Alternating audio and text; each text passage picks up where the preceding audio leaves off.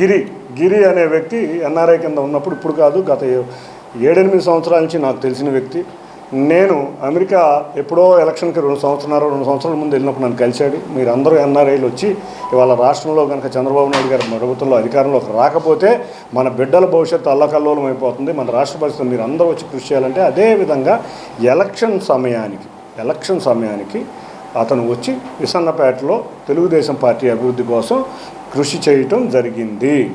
ఆ రోజు కూడా ఏ రోజు ఆర్థిక లావాదేవీలు మా మధ్య లేవు. ఏదన్నా ఆయన పార్టీ కోసం ఖర్చు పెడితే గౌరవ ఎమ్మెల్యే గారికి ఖర్చు పెట్టవచ్చు, గౌరవ ఎంపీకి ఖర్చు పెట్టవచ్చు, లేదా పార్టీ కోసం ఖర్చు పెట్టి అక్కడ పార్టీకి ఏమైనా ఖర్చు పెట్టాడేమో నాకు తెలియదు. కానీ మా ఇద్దరి మధ్య ఎటువంటి ఆర్థిక లావాదేవీలు లేవు. నా క్యారెక్టర్ తెలిసిన ఎవరైనా ఇటువంటి ఎవరు నమ్మరు, అది అందరికీ తెలిసిందే. కాబట్టి అటువంటి ఏదన్నా ఉంటే మీకు వివరణ ఇచ్చుకుంటున్నా. నేను దాని గురించి వివరణ ఇచ్చుకుంటున్నా. ఒకటే, మనందరం కలిసికట్టుగా తెలుగుదేశం పార్టీ కింద తిరువూరిని అభివృద్ధి చేద్దామనే నేను కోరుకుంటున్నా. చంద్రబాబు నాయుడు గారు అహర్నిశలు కష్టపడుతున్నారు, పవన్ కళ్యాణ్ గారు కష్టపడుతున్నారు, లోకేష్ గారు అయితే మరీ ఎక్కడ పడితే అక్కడ ఇన్వెస్ట్మెంట్స్ కోసం తిరుగుతున్నారు. అయ్యా, తెలుగుదేశం పార్టీ అందరం కూడా కలిసికట్టుగా తిరువూరిని అభివృద్ధి చేయటంలో కష్టపడదాం.